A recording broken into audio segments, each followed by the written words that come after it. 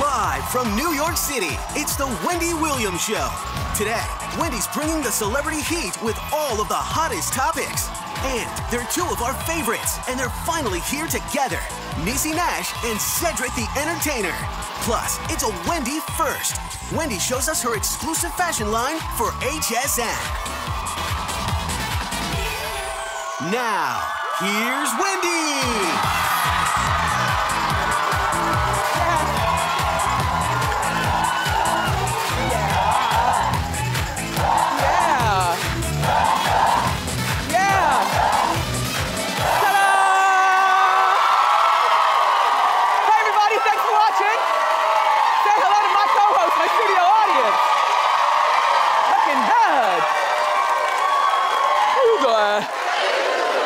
Today, I am feeling like a winner! Let's get started. It's time for Hot Topics.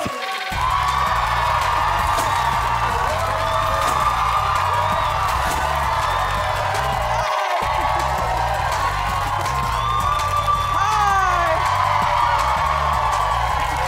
So nice. Yeah. Do you like my outfit? It's a two-piece. It's from my new line on HSN.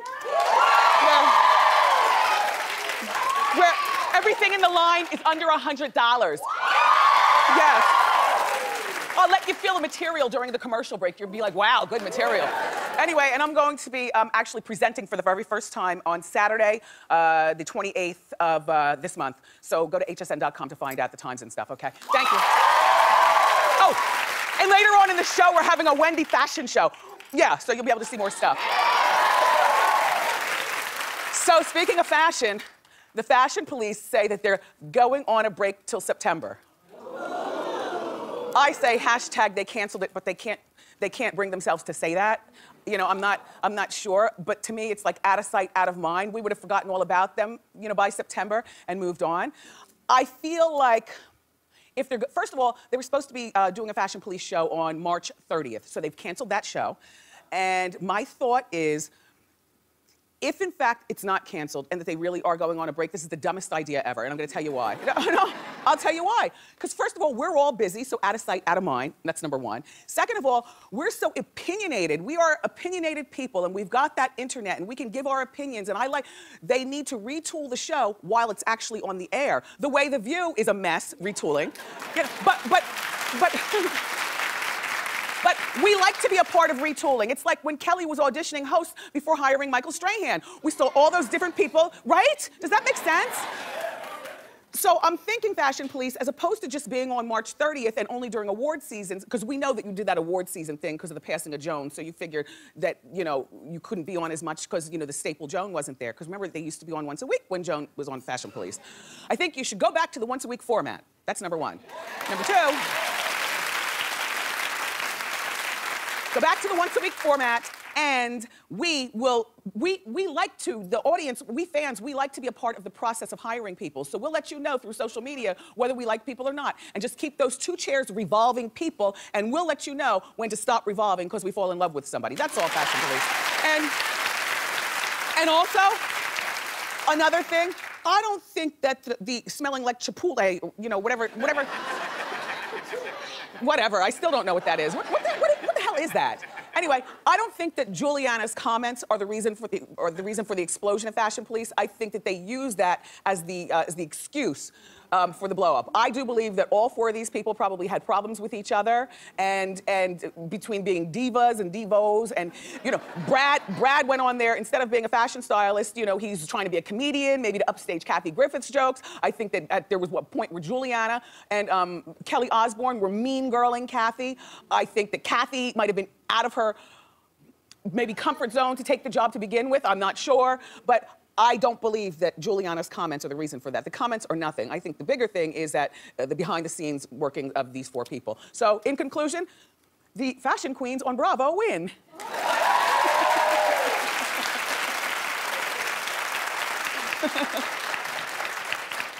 Listen, when you read it in People magazine, you've got to believe it. I mean, I'm saying, I read a lot of magazines. I even have a full page in Life and Style Weekly magazine where I give my opinion. I've had the page like for 10 years, but the thing is that where I give my opinion on the goings-on in the gossip world, but I have to tell you something. People magazine, me and Hot Topics, we always talk about that, don't we, boys? When you read it in People, it's the truth. I mean that. So now look, remember last year when everybody and me were talking about rumors that Jamie Foxx and Katie Holmes were dating? And I was like, what? I mean, they might be getting it in. But dating? Well, guess what? People magazine is reporting that they are together. And they've been together for the last year, right under our noses. We had no idea. Now, okay.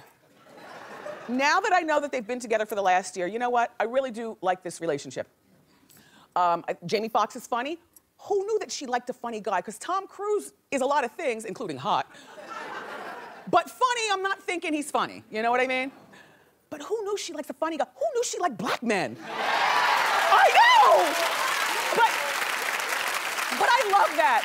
I love when I can see my celebrities think out of their own race or their own, background and date other people. To me, it makes them hotter, you know? By the way, I think that this girl, Katie Holmes, is so pretty. She's pretty. About a month ago, I saw her at Chipotle. She likes this neighborhood right here. There's a Chipotle up the street. I'm in there getting something, and her face was scrubbed, and she was wearing like khakis and riding boots, and she had on no sunglasses and no makeup, and she was there, and nobody was bothering her. Even I didn't bother her, because I like to look at my celebrities like they're animals in a cage. I don't like to bother them. Do you know what I'm saying? You should try that. Like, instead of rushing up to your favorite celebrities and wanting to take pictures, observe them. The story is always so much better, you know? Now, she got a bean burrito, see? And Suri wasn't with her. I guess Suri was in school, and she just went on about her business. Yeah. You know, the idea that she's with a black man now, if you squint, she almost looks like a black woman, Halle Berry. Wait, no, look, show that other one, show the other one, show the other picture, show the other, right? But I like this, and you know what? And this is good for Jamie Foxx, as opposed to dating a video vixen or, some regular, random girl. I like them as a couple. The only thing that I don't like is how they got together. Jamie violated the bro code. Oh no, I'm gonna tell you why. Come closer, come closer. It is no secret that Jamie, from his own mouth to the press, credits Tom for boosting his career. Come closer. Jamie auditioned for Jerry Maguire. That's Tom's movie. And then Tom was so impressed with Jamie that he cast him in his movie Collateral. And guess what? And he wanted to make sure, which one came out first, Collateral or Ray? Collateral. Okay, the boys talk, they're so bros, they talk to each other. And Tom said, you know what, I'm gonna have Collateral come out first. It was originally supposed to be the same weekend, but Tom didn't want his friend Jamie's movie and money to get messed up. So he said, we'll put Collateral out first and let it breathe, and then we'll put Ray out. And then Jamie went on to win an Oscar for Ray. But, and by the way, I'm sure Jamie and Tom are no longer speaking based on Katie Holmes. I don't know, do you think, clap if you think Jamie's dead wrong.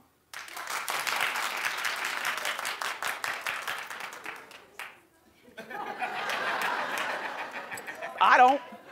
Look, TMZ has reported that Tom and Katie don't speak. So, the winner out of this is Katie, because she's really, screwing Tom where it matters.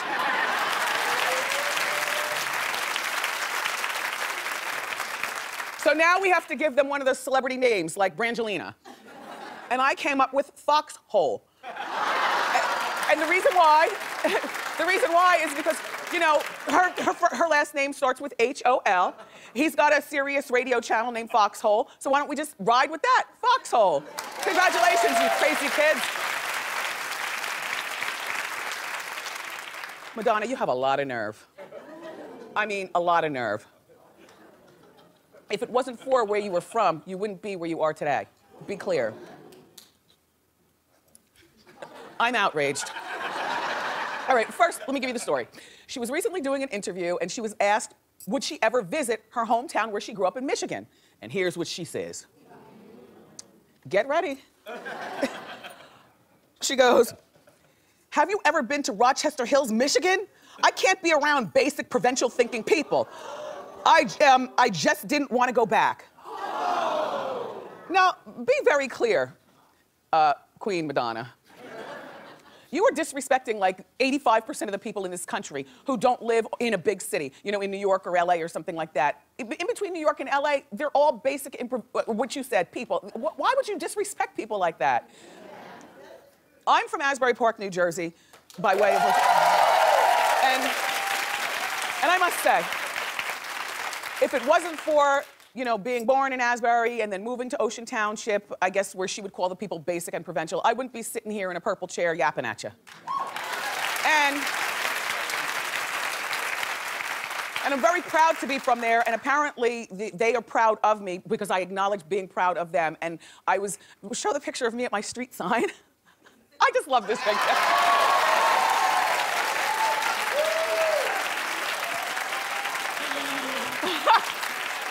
They renamed the street that I was, my first home, you know, with my mom and dad, Wendy Williams Way. And so I went over there to take a picture. And when I got there, Wendy watchers had left me notes in Ziploc bags, I guess so they wouldn't get wet in the rain. And one day, my mom and dad and I just said, let's go down, you know, and get something to eat and go past the street sign. And I was so happy to see the people I took them down and I could still see the ink, and some people left telephone numbers, and I called them up, from a block phone, of course. But called them up to say, hey, how you doing? You are very ungrateful, Madonna. You wouldn't be where you are today if you didn't come from those humble beginnings, that's all. By the way, the mayor of Rochester Hills defends Rochester Hills and challenges Madonna to come back for a visit. Why, Mayor? Why did you even waste your breath? It is what it is with Madonna. Let's move along.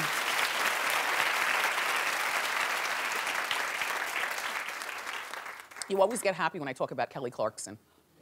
Yeah, you always get happy because we love her music and she doesn't hurt anybody, you know what I mean?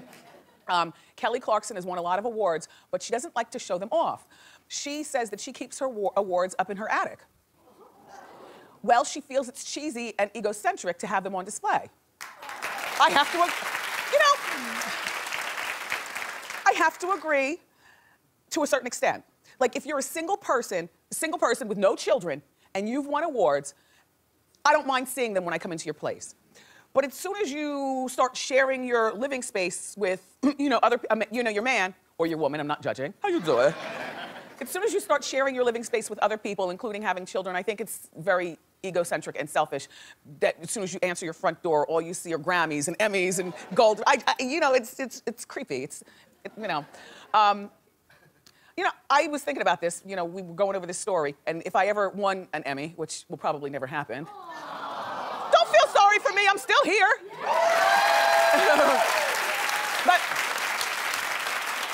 if I ever won an Emmy, which probably never will happen, I would put it in my kitchen because I would think of it as a group effort. Like, if, you know, I didn't win it, I won it through the cooperation of my husband, being my manager and understanding, and my son doing his homework, and, you know, I don't have to scream so much. You know, he's a good kid, you know, and then me, you know, doing the show. But I think I would, but not for long, you know. Anyway, I like that idea. Yeah. Kelly. We don't talk very much about the Judds, but we're going to talk about Ashley Judd right now. Ashley is fighting back against cyberbullies. Well, well, it sounds good in theory, but in actuality, it's the stupidest idea ever. She's really pretty. She looks like her mother when her mother was younger. Very pretty girl. Anyway, you know, Ashley went to the University of Kentucky. And if you know anything about Ashley Judd, well, I'm here to fill you in. She loves Kentucky basketball, and she goes to the games regularly like a real super fan. So she's not a Johnny-come-lately or fair-weathered fan. Anyway, she was tweeting about the basketball game, and all of a sudden she was getting violent threats over social media. Now, don't ask me what they were saying to her. I have no idea. But now she says that she's going to press charges because she wants an end to internet harassment. Well, that sounds good at first, but first of all, I didn't know you can track down people who are mean to you on the internet, because most people use fake names anyway. And then what are you gonna do? Press charges, hire a lawyer, and jam up our judicial system? Like, they're busy enough handling stuff, Ashley. I just don't, I think it's good in theory. I just don't think it's good in execution. That's what I'm saying. I feel like the law has other things to do. You guys gave a very lukewarm reception to that opinion. I get, what are you like, it is a good idea, but would you hire a lawyer and take it to the courts? Clap. Clap if you would. Well, you all must not have anything better to do with your time, okay? Anyway, let's talk about Kendra and her boobs.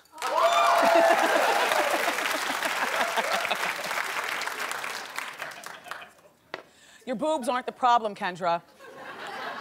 Hank is the problem. No, I'm playing. Kendra Wilkinson is planning on shedding her Playboy image. She wants to get a breast reduction. Well, now, hold on.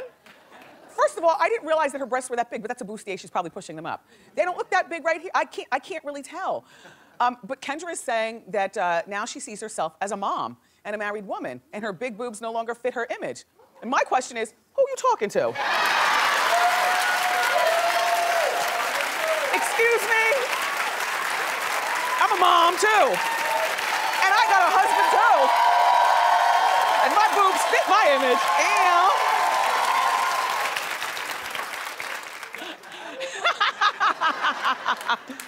She says that smaller boobs will make her feel more comfortable with her body and also fit the image that she's created for herself, which is mom, and she's no longer into the Playboy thing and living in that mansion with that old man and those girls.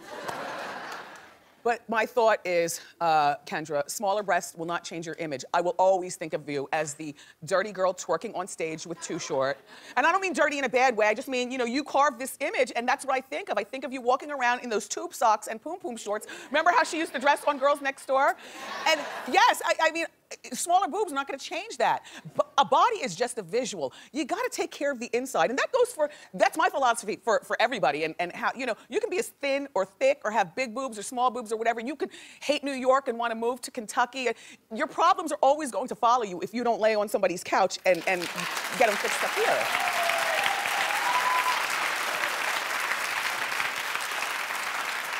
Not to mention the scars for breast reductions are really ugly.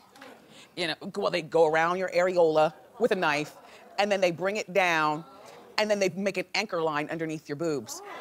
So, I mean, if you don't mind the scars, I guess great. I'm gonna hold on for as long as I can.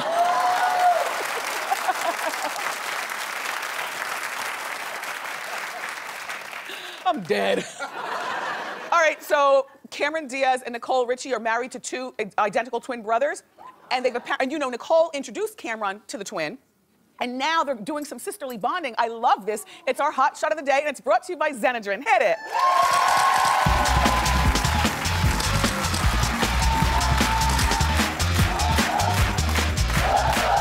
So, there they are. They were at the Whole Foods. Cameron, don't get too settled now that you're married. I'm just saying. Anyway, but this is nice, they bond, and you know, it's important that they're friends, I think, because first of all, they're sister-in-laws, but even more important than that, the twins. You know, they can confide in each other. Like, is your husband in a really funky mood all week? Yes, girl. So, yes, he is.